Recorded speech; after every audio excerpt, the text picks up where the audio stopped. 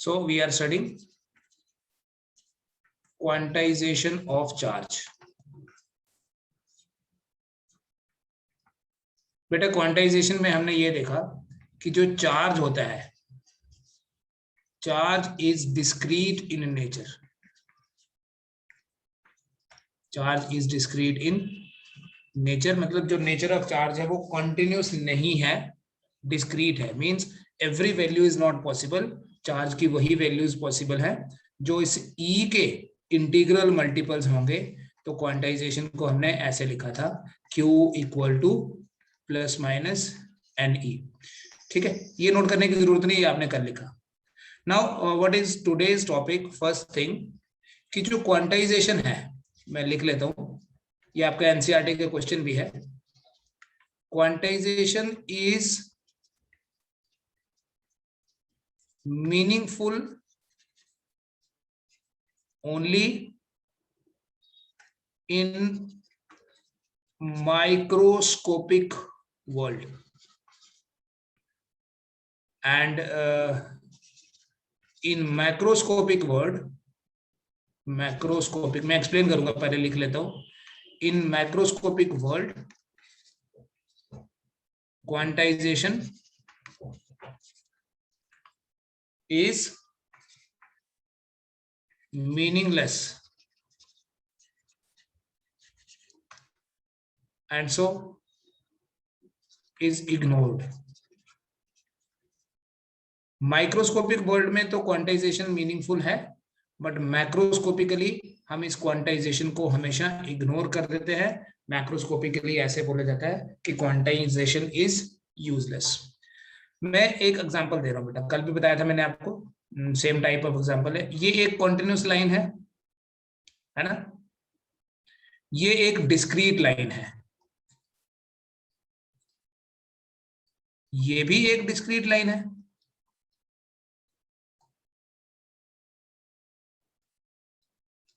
Right? Then if I make a line like this, this is also a discrete line. तो इन discrete lines में क्या difference दिख रहा है आपको? यहां पर गैप ज्यादा है, इस गैप, ये वाला गैप ज्यादा है as compare to this gap. ये तो बिल्कुल कम है. अच्छा, यहां पर तो गैप बिल्कुल ही कम है.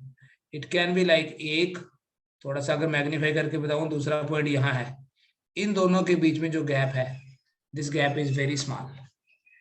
ठीक है, ये तो मैंने लाइंस के बेसिस पे बताया. लेट अस सी, ये आप नोट कर लिया आपने. लेट अस सी कि क्वांटाइजेशन ऑफ चार्ज के बेसिस पे हम क्या बोलेंगे, डिस्क्रीट नेचर होती क्या है. ठीक, सबसे मिनिमम पॉसिबल चार्ज क्या है? पॉजिटिव होगा तो +1e, नेगेटिव होगा तो -1e. उसके बाद वाला चार्ज क्या होगा? ±2e. नेक्स्ट चार्ज क्या होगा? +-3e. देन नेक्स्ट चार्ज क्या होगा? +-4e. इस 1e और 2e के बीच में बहुत सारी वैल्यूज हैं. 1.2e, 1.3e, 1.35e, infinite values हैं. ये किसी का चार्ज नहीं हो सकती, ये हमने कल देख लिया. नाउ सी, ये जो वैल्यू है, अगर मैं वैल्यू लिखूं, क्वांटाइजेशन में क्या पढ़ा? E का वैल्यू ±1.6 इंटू 10⁻⁻19 कूलम है. इससे नेक्स्ट वैल्यू क्या होगी? ±3.2 इंटू 10⁻⁻19 कूलम. इससे नेक्स्ट वैल्यू क्या होगी? ±4.8 इंटू 10⁻⁻19 कूलम. ये मैथमेटिकली बेटा एक बहुत छोटी वैल्यू है. अगर आप ध्यान से देखोगे तो 20 जीरो लगेंगे, उसके बाद 16. यहां में 20 जीरो लगाने के बाद पता चल रहा है ना क्यों 20 बोल रहा हूं, 32. तो मींस अगर ये E है तो 2e इसके बिल्कुल पास ही है, 3e पास ही होगा, 4e पास ही होगा. बिकॉज इन दोनों के बीच में जो गैप है, जो डिफरेंस है, कितना डिफरेंस है? E का डिफरेंस है ना, देखो, एक +1e, दूसरा +2e, तो डिफरेंस कितना हुआ? E. इस डिफरेंस को, ये डिफरेंस हर बार E है, इस डिफरेंस को बोलते हैं बेटा स्टेप साइज। मैं एक और एग्जांपल से भी समझाऊंगा, पहले थोड़ा टेक्निकली समझिए। इस गैप को बोलते हैं स्टेप साइज। मींस इस ई के बाद 2E दोनों के बीच का जो गैप है दैट इज वेरी स्मॉल। ठीक है, जब ये बहुत छोटा गैप होगा तो हम जब छोटे छोटे चार्जेस से डील करेंगे तब तो ये मीनिंगफुल है, हाँ ये वाली वैल्यू और ये वाली वैल्यू डिफरेंट है। बट जब मैं एज ए होल देखूंगा तो मैं बोलूंगा ये चारों वैल्यूज तो कंटिन्यूटी में ही है। जैसे मैं बड़ी पास पास अगर डॉट बनाऊं ना, बड़ी पास पास डॉट बना के दूर से देखूं तो मुझे ऐसे लगेगा ये लाइन ऐसे कंटिन्यूस ही है। आप खुद बना लीजिए, दो ऑब्जेक्ट को बड़े पास पास रखो। ठीक है, ये एक ऑब्जेक्ट है। ठीक है, I am trying to explain with the help of a simple example. ये एक object and I take another object very close to it, very close, not touching it. ठीक है, अगर आपको ये टच होते हुए दिखाई दे रहा है तो ये मैं यहां से थोड़ा सा मिटा देता हूं, ज्यादा मिट गया। तो इन दोनों के बीच का जो गैप है, अगर ये गैप बहुत छोटा होगा तो हम ये बोलेंगे, ये गैप अगर इन दोनों के बीच में बहुत छोटा होगा, एक ये दो, तो हम ये बोलेंगे that they are almost touching each other. And when they are almost touching each other, then it appears to be continuous. It appears to be continuous. So इसलिए जब हम बड़े बड़े चार्जेस से डील करेंगे तो हम इसको कंटिन्यूस ही एज्यूम करेंगे। ठीक है, let me explain. The charge of a body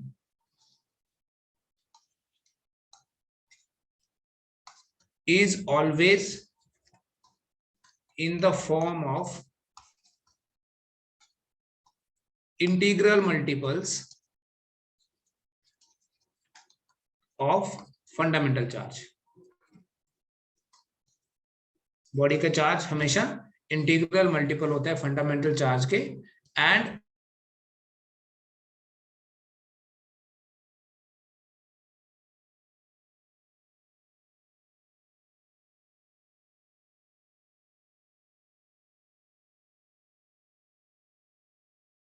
very small.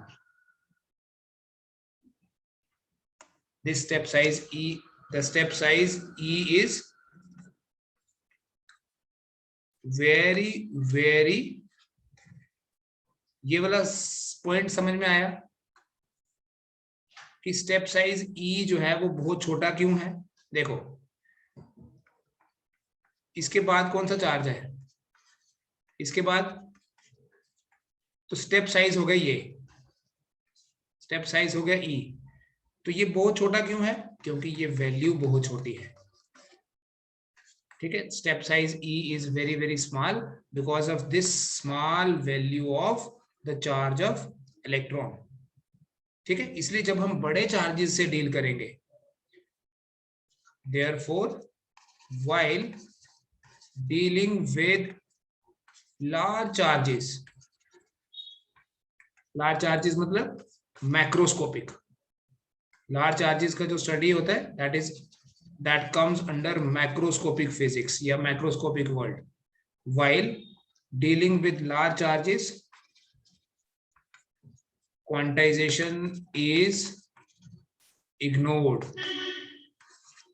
ठीक है, and charge appears to be continuous. मान लीजिए बेटा क्वांटाइजेशन को ही समझा रहा हूं कि मीनिंगफुल क्या है और मीनिंगलेस क्या है। Suppose this is some river. ठीक है, this is some river water and हमने इस रिवर को क्रॉस करना है and we have different options given. ये रिवर है, एक एंड से दूसरे एंड तक जाना है। यहां से एक तो ब्रिज बनाया हुआ है, ऐसे पूरा पाथ बनाया है। ठीक है, दूसरा ऑप्शन है कि यहां पर पत्थर रखे हुए हैं, एक बाद दूसरा, थोड़े और गैप के बाद तीसरा, देन एंड ये फाइनली राइट। तीसरा ऑप्शन देखिए क्या है कि these stones are kept very close to each other.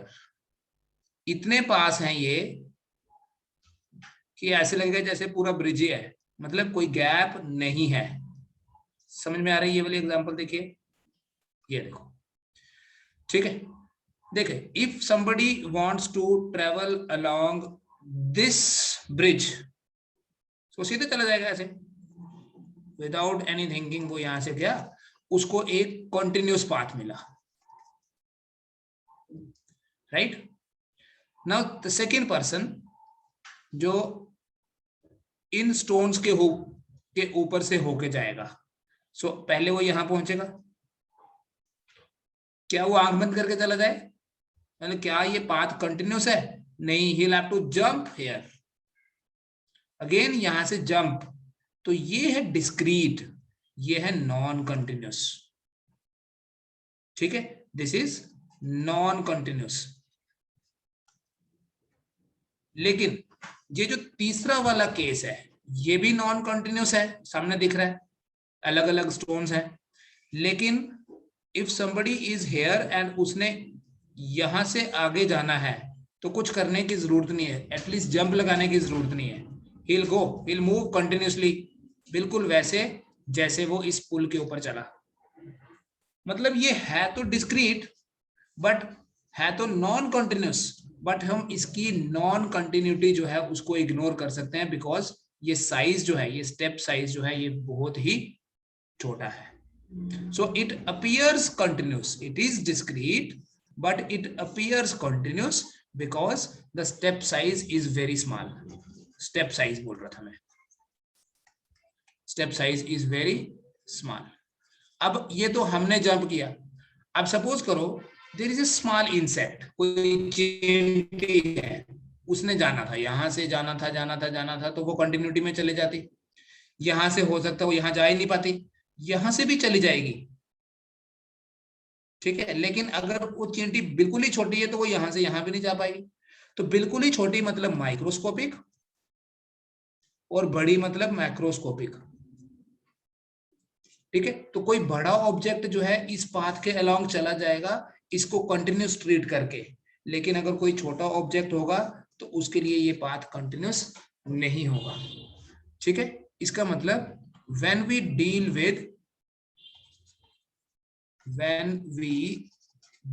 with large charges,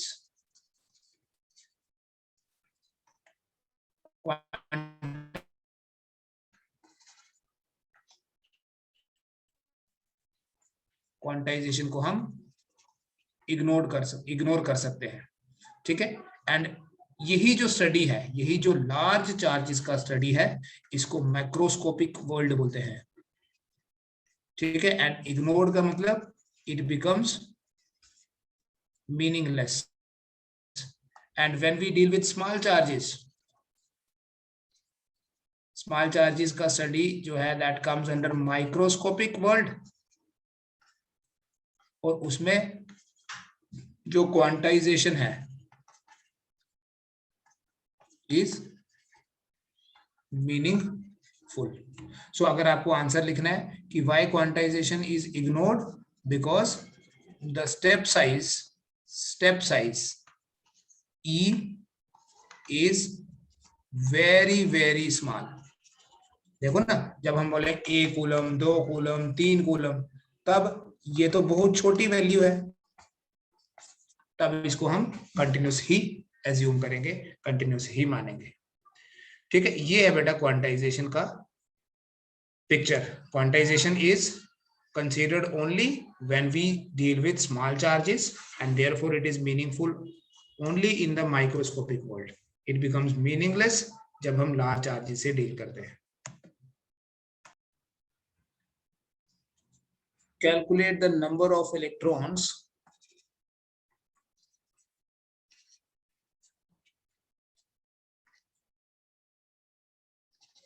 in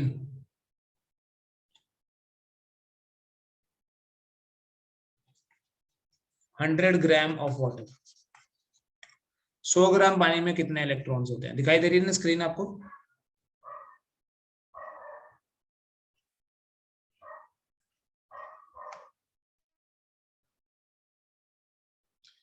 100 gram of water में कितने इलेक्ट्रॉन्स हैं, हाउ वी कैन कैलकुलेट, या कोई और सब्सटेंस दिया जा सकता है, कोई और अमाउंट दिया जा सकता है।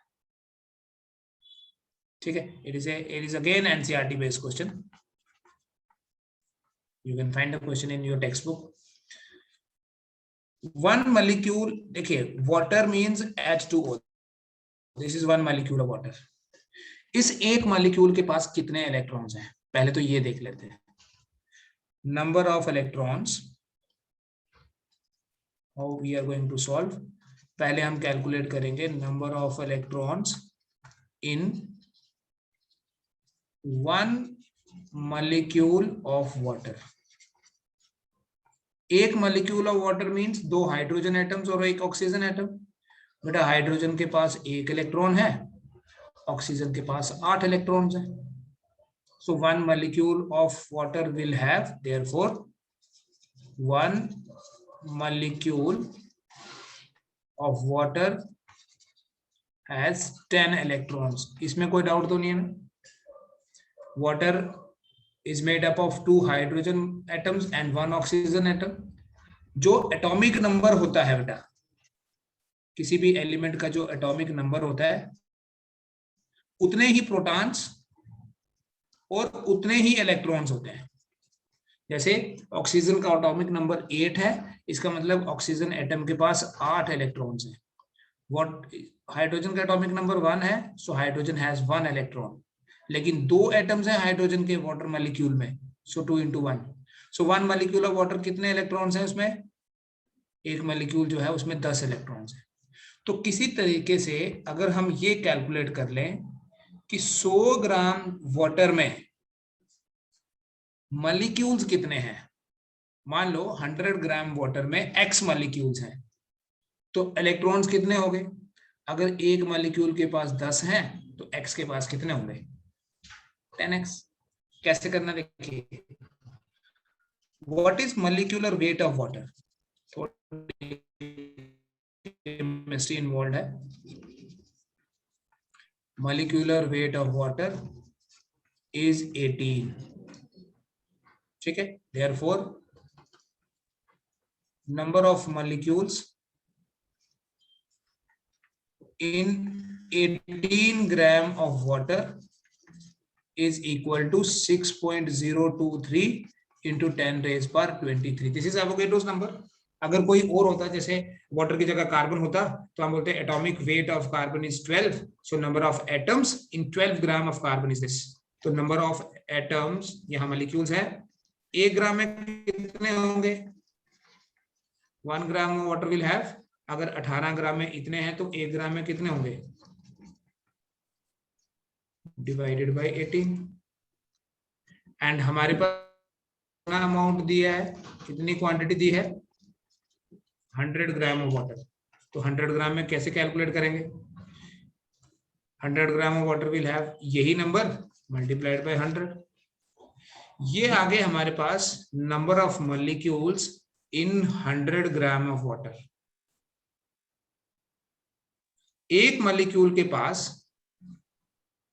कितने इलेक्ट्रॉन्स हैं, एक मॉलिक्यूल के पास तो 10 इलेक्ट्रॉन्स हैं, और 100 ग्राम में कितने मॉलिक्यूल्स हैं, इतने। ये तो पता चला ना।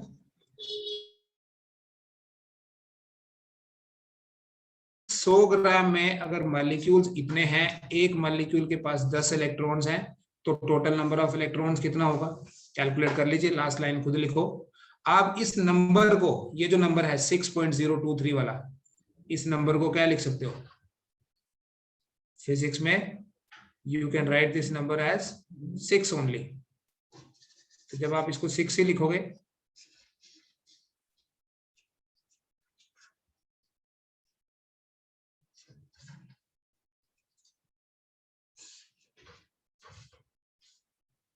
क्या बन जाएगा आपके पास, जब हम इस नंबर को 6 ही लिखें, I will write number of electrons अगर कैलकुलेट करने होंगे, number of electrons in 100 gram of water, I will write 6 into 10 raised power 23 divided by 18 into 100 ये तो नंबर ऑफ मॉलिक्यूल्स है, नंबर ऑफ इलेक्ट्रॉन्स निकालने 10 से मल्टीप्लाई करेंगे, ये आ जाएगा 3, दिस 10/3 इंटू 10 रेज पर 23 + 2 25, तो आपका आंसर आ जाएगा 10/3 क्या हुआ 3.33 इंटू 10 रेज पर 25. This is approximately the number of electrons in 100 gram of water.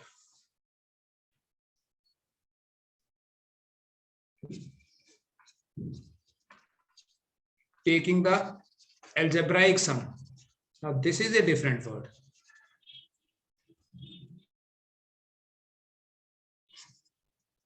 Of all the charges. Algebraic sum of all the charges. ये मैंने आपको बोला डिफरेंट वर्ड है. किसी भी सिस्टम का, कोई सिस्टम एज्यूम कर लेता हूं मैं, ऐसे ये बाउंड्री ले ली, यहाँ इसके अंदर बहुत सारे पार्टिकल्स हैं. देयर इज ए पार्टिकल जिसका चार्ज है Q1, अनदर पार्टिकल जिसका चार्ज है Q2, कोई चार्ज है -Q3, there is A particle -Q4 जिसका चार्ज है, और कोई पार्टिकल है Q. में नेचर को कंसीडर करेंगे, पोलैरिटी को कंसीडर करेंगे. पोलैरिटी मतलब पॉजिटिव या नेगेटिव को कंसीडर करेंगे.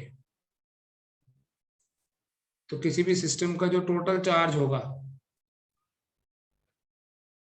एल्जेब्रिक सम नहीं, एल्जेब्रिक सम क्या होता है ना, algebraic sum is always addition, algebraic sum is subtraction also. Mathematically अगर बोले it is addition as well as subtraction. हम ना ऐसे वर्ड भी यूज करते हैं, देखो वेक्टर सम, सिंपली सम बोलते हैं या एल्जेब्राइक सम बोलते हैं. वेक्टर सम करते हैं फॉर वेक्टर क्वांटिटीज, सम करेंगे तो मतलब ऐड करेंगे. जब हमने ऐसी स्केलर क्वांटिटीज को ऐड करना है जिनमें प्लस या माइनस होता है, जैसे करंट की एडिशन करेंगे टोटल वर्क, तो वर्क आपको पता है तो स्केलर, बट पॉजिटिव भी हो सकता है नेगेटिव भी हो सकता है, तो वर्क का एडिशन करते हैं, वो भी एल्जेब्राइक सम होता है. तो एल्जेब्राइक सम मतलब स्केलर एडिशन है बट कंसीडरिंग साइन आल्सो. तो इस सिस्टम में टोटल चार्ज कैसे निकालेंगे, it is Q1 + Q2 + Q3, लेकिन Q3 तो नेगेटिव है, सो प्लस -Q3 + -Q4. तो इस तरह से आपके पास एडिशन भी आएगी, सब्ट्रैक्शन भी आएगी. जैसा भी चार्ज का साइन होगा, उस साइन के हिसाब से जो एडिशन होती है उसे बोलते हैं एल्जेब्राइक सम. सम बोलेंगे ना, सम इज ऑलवेज एडिशन. अगर दो पॉजिटिव चार्जेस को ऐड कर रहा हूं तो रिजल्ट जो है वो पॉजिटिव आएगा. एक पॉजिटिव और एक नेगेटिव को ऐड कर रहा हूं, रिजल्ट 0 आएगा. दोनों नेगेटिव होंगे, -2Q आएगा.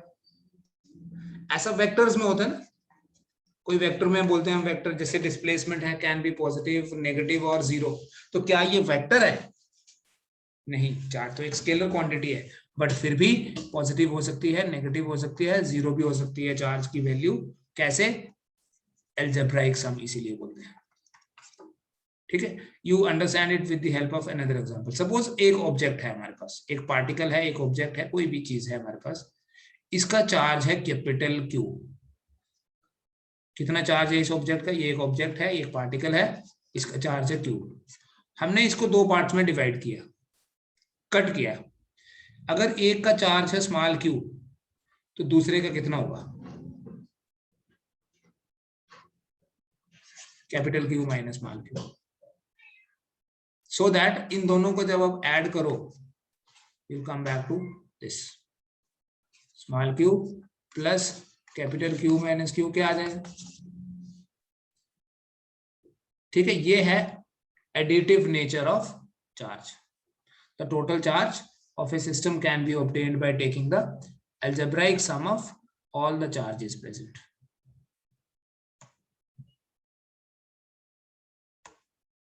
फिर बेटा चार्ज की प्रॉपर्टीज में there is a property of charge जिसे बोलते हैं, ये हमेशा वैलिड होती है. We call it as conservation of charge.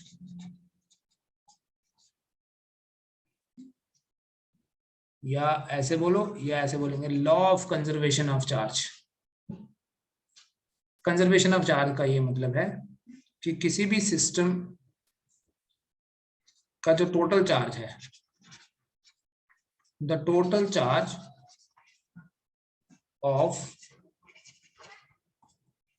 An isolated system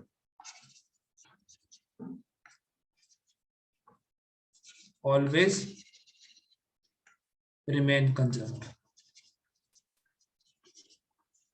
किसी भी सिस्टम का टोटल चार्ज हमेशा कंजर्व रहता है, हमेशा सेम रहता है। आइसोलेटेड सिस्टम मतलब जिसके ऊपर एक्सटर्नल फैक्टर नहीं है involve.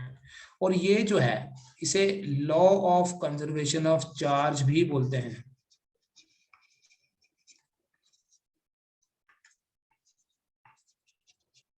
This is also called as law of conservation of charge.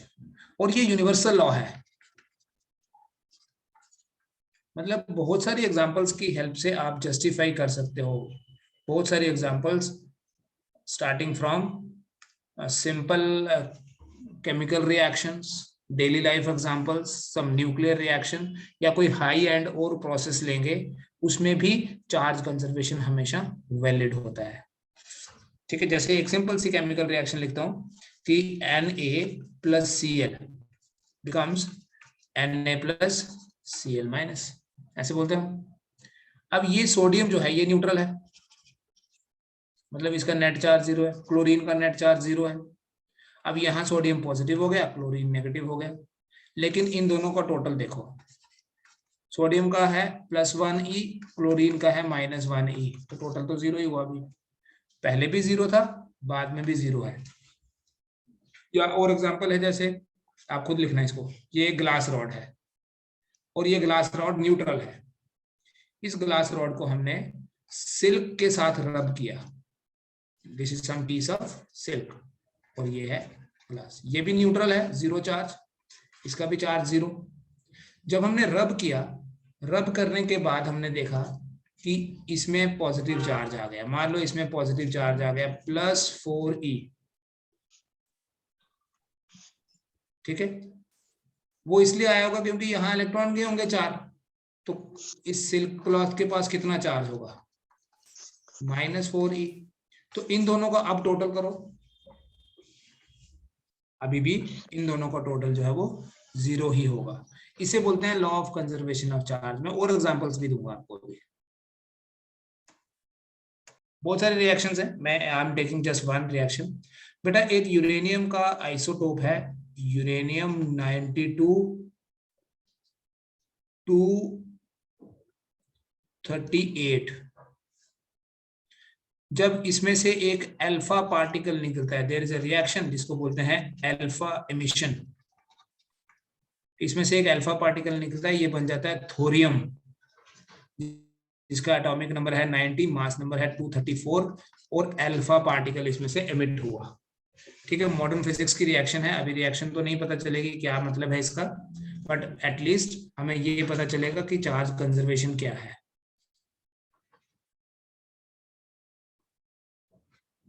ठीक है, यहां 92 लिखने का मतलब है कि यूरेनियम न्यूक्लियस के अंदर 92 प्रोटॉन्स हैं, तो 92 प्रोटॉन्स का चार्ज हो गया 92e। थोरियम का 90 लिखा है, इसका चार्ज हुआ 90e। अल्फा पार्टिकल होता है, आपको बताया था, हीलियम न्यूक्लियस को अल्फा पार्टिकल बोलते हैं, He24। What is alpha particle? It is doubly ionised helium nucleus, याद है, He++ को बोलते हैं अल्फा पार्टिकल। तो इसका चार्ज कितना है, +2e। 90e + 2e कितना हुआ, 92e। ठीक है, this is called as the law of conservation of charge. कोई और रिएक्शन लिखता हूं, यूरेनियम का एक, बड़ी सारी एग्जांपल्स हैं इसकी, तो ये तीसरी एग्जांपल लिख दी मैंने। यूरेनियम का एक और आइसोटोप है 92 235। जब एक न्यूट्रॉन इसमें एंटर होता है, अभी बेटा रिएक्शन की डिटेल में नहीं जाना है, ठीक है, क्योंकि रिएक्शन तो यहाँ अभी इलेक्ट्रोस्टैटिक्स में ऐसा कुछ नहीं पढ़ रहे हम, चार्ज कंजर्वेशन को वैलिडेट कर रहा हूँ। ये यूरेनियम में एक न्यूट्रॉन आएगा, तो ये बट ये एग्जांपल्स आपको लिखनी है, ये आपकी टेक्स्ट बुक में भी लिखी होंगी अभी। It becomes uranium 92 to 36। ये जो न्यूक्लियस है यूरेनियम का, दिस इज अनस्टेबल, और ये अपने आप स्प्लिट होता है into barium and krypton. 3 neutron भी निकलते हैं इस पूरी रिएक्शन में, और कुछ एनर्जी भी निकलती है।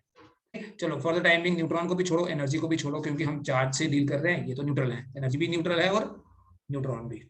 बेरियम का एटॉमिक नंबर 6, मास नंबर है 141, क्रिप्टॉन इज 36, 92, 143। तो यहां पर चार्ज कंजर्वेशन कैसे वैलिड हुई, देखो यहाँ कितना है, 92 प्रोटॉन्स है, तो 92 प्रोटॉन्स का चार्ज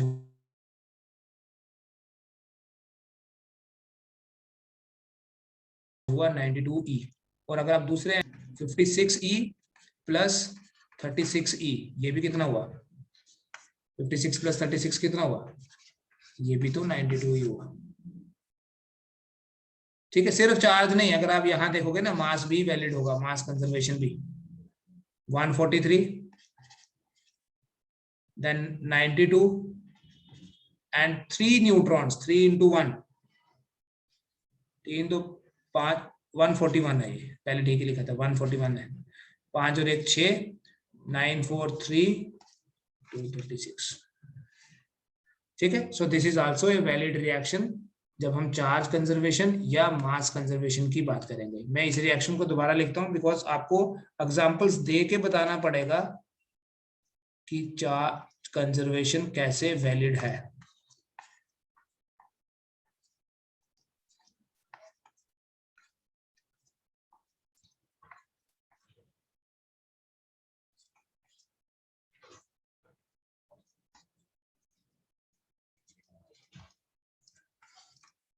ठीक है, ये 92E, इन दोनों का भी एडिशन करोगे 92E, इसको बोलते हैं invariance nature of charge.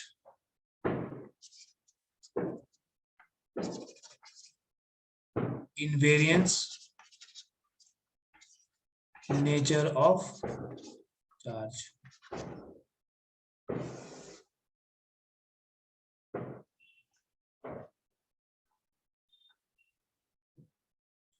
Invariance nature का मतलब यह है, जो भी फिजिकल क्वांटिटी, चार्ज तो एक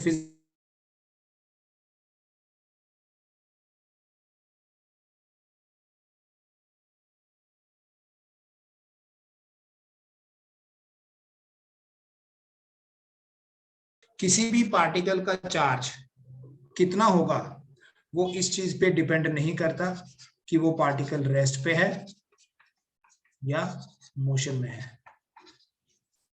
charge at rest is equal to charge in motion. जैसे अगर हम किसी एटम की बात करें, न्यूक्लियस में सिर्फ पॉजिटिव चार्ज है, then we have the first orbit for example, इस फर्स्ट ऑर्बिट में इलेक्ट्रॉन है एक, 2 इलेक्ट्रॉन मान लेते हैं फर्स्ट ऑर्बिट में। कोई दूसरा ऑर्बिट ले लिया सपोज, जिसमें 3 इलेक्ट्रॉन्स हैं, ठीक है, इसमें 3 इलेक्ट्रॉन्स हैं। बेटा एक चीज डायरेक्टली अभी बता देता हूं आपको कि इन डिफरेंट ऑर्बिट्स में, जैसे पहले में दूसरे में, इलेक्ट्रॉन की स्पीड जो है वो डिफरेंट है। स्पीड ऑफ इलेक्ट्रॉन मैक्सिमम होती है is maximum in first orbit, दूसरे ऑर्बिट में कम, तीसरे ऑर्बिट में और कम। बेसिकली स्पीड इनवर्सली प्रोपोर्शनल है orbit number, principal quantum number के। हर एक ऑर्बिट में इलेक्ट्रॉन की स्पीड डिफरेंट है, लेकिन हर एक ऑर्बिट में इलेक्ट्रॉन का जो चार्ज है, हर एक ऑर्बिट में इलेक्ट्रॉन का जो चार्ज है वो सेम होता है। इनवेरियंस का मतलब है इंडिपेंडेंट ऑफ स्पीड। 2 चीजें हैं बेटा, चार्ज इनवेरिएंट है, व्हेन वी से इनवेरियंस नेचर, इसका मतलब it is independent of speed.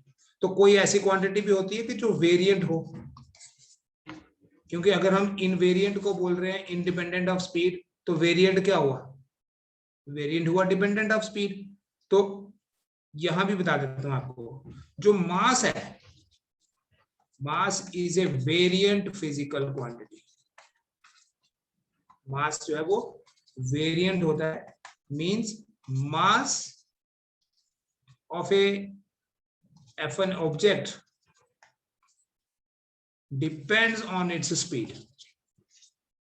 हाल तो हम न्यूटन मैकेनिक्स में इस चीज को डिस्कस नहीं करते, लेकिन जो आइंस्टाइन्स थ्योरी ऑफ रिलेटिविटी है उसमें एक फॉर्मूला आता है, आई होप आपने ये देखा होगा पहले भी formula, m equals to m0 divided by square root of 1 minus v square by c square. ठीक है, नहीं भी देखा अभी देख लीजिए। इस एक्सप्रेशन में कौन कौन सी क्वांटिटीज हैं वो मैं आपको बताता हूं, जिससे आपको पता चलेगा कि वेरिएंट क्या होता है। इस एक्सप्रेशन में ये जो m है इसे बोलते हैं काइनेटिक मास। ये जो m0 है इसे बोलते हैं रेस्ट मास। काइनेटिक मास हुआ मास ऑफ द पार्टिकल जब वो मोशन में है, और रेस्ट मास हुआ पार्टिकल का मास जब वो रेस्ट में है। v is speed of particle, speed of object जो भी है ये, and c is speed of light. इस एक्सप्रेशन का हमारी डेली लाइफ में कोई इंपॉर्टेंस नहीं है, ठीक है, क्योंकि ये तो आइंस्टाइन्स थ्योरी है, आइंस्टाइन्स थ्योरी ऑफ रिलेटिविटी है। Again this is microscopically important. ऐसा कोई भी रिलेशन, अब सिंस ये है ना रिलेशन जिसमें हम बात करते हैं काइनेटिक मास रेस्ट मास, मतलब mass in motion mass at rest, ऐसा कोई भी रिलेशन चार्ज के लिए अभी तक किसी ने एस्टैब्लिश नहीं किया है। इसलिए चार्ज इनवेरिएंट है, चार्ज इनवेरिएंट है।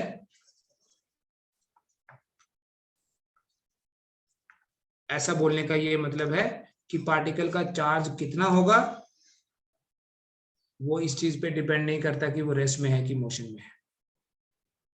ठीक है, इनवेरिएंस ऑफ चार्ज जो है, एक लास्ट में एक लाइन लिख लो चाहे, invariance of charge is responsible for the neutrality of an atom. मैं लिख देता हूं, invariance of charge is invariance of charge is responsible for the neutrality of an atom. Invariance के कारण ही हम ये एस्टैब्लिश कर सकते हैं कि चार्ज न्यूट्रल होता है। कैसे, देखो, न्यूक्लियस का चार्ज आया मान लो Ze, तो सारे के सारे इलेक्ट्रॉन्स का चार्ज होना चाहिए माइनस Ze, क्योंकि एटम तो अपनी नेचुरल स्टेट में इलेक्ट्रिकली न्यूट्रल होता है। तो अगर पहले ऑर्बिट का चार्ज कुछ और है, दूसरे का कुछ और होता, तीसरे का कुछ और होता, तो ये वैल्यू तो इतनी नहीं आनी थी ना। तो ये वैल्यू इतनी ही क्यों आ रही है, क्योंकि हर एक ऑर्बिट में इलेक्ट्रॉन के चार्ज की वैल्यू सेम है, और टोटल चार्ज इलेक्ट्रॉन्स का उतना ही बनता है, of course with negative sign, उतना ही बनता है जितना कि न्यूक्लियस का है। मतलब टोटल प्रोटॉन्स का जितना चार्ज है उतना ही टोटल इलेक्ट्रॉन्स का चार्ज भी होता है। That is why atom electrically neutral है। तो डिफरेंट ऑर्बिट्स में कंक्लूजन क्या है, in different orbits the speed of electron is different, but in every orbit, जब भी देखो, जब भी इलेक्ट्रॉन रिवॉल्व कर रहा है in different orbits, the speed of electron is different, speed of electrons is different, but in every orbit the charge of electron is same.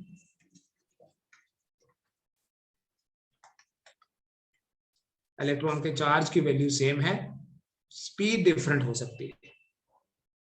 ठीक है, इसलिए जब ये स्पीड पे डिपेंड नहीं करता तो इसको बोलते हैं इनवेरिएंस। ठीक है बेटा, दैट्स ऑल फॉर टुडे। कल एक बार हम समराइज कर लेंगे जो भी हमने पढ़ा है इस वीक में, चार्ज की कुछ और प्रॉपर्टीज भी आ जाएंगी अभी।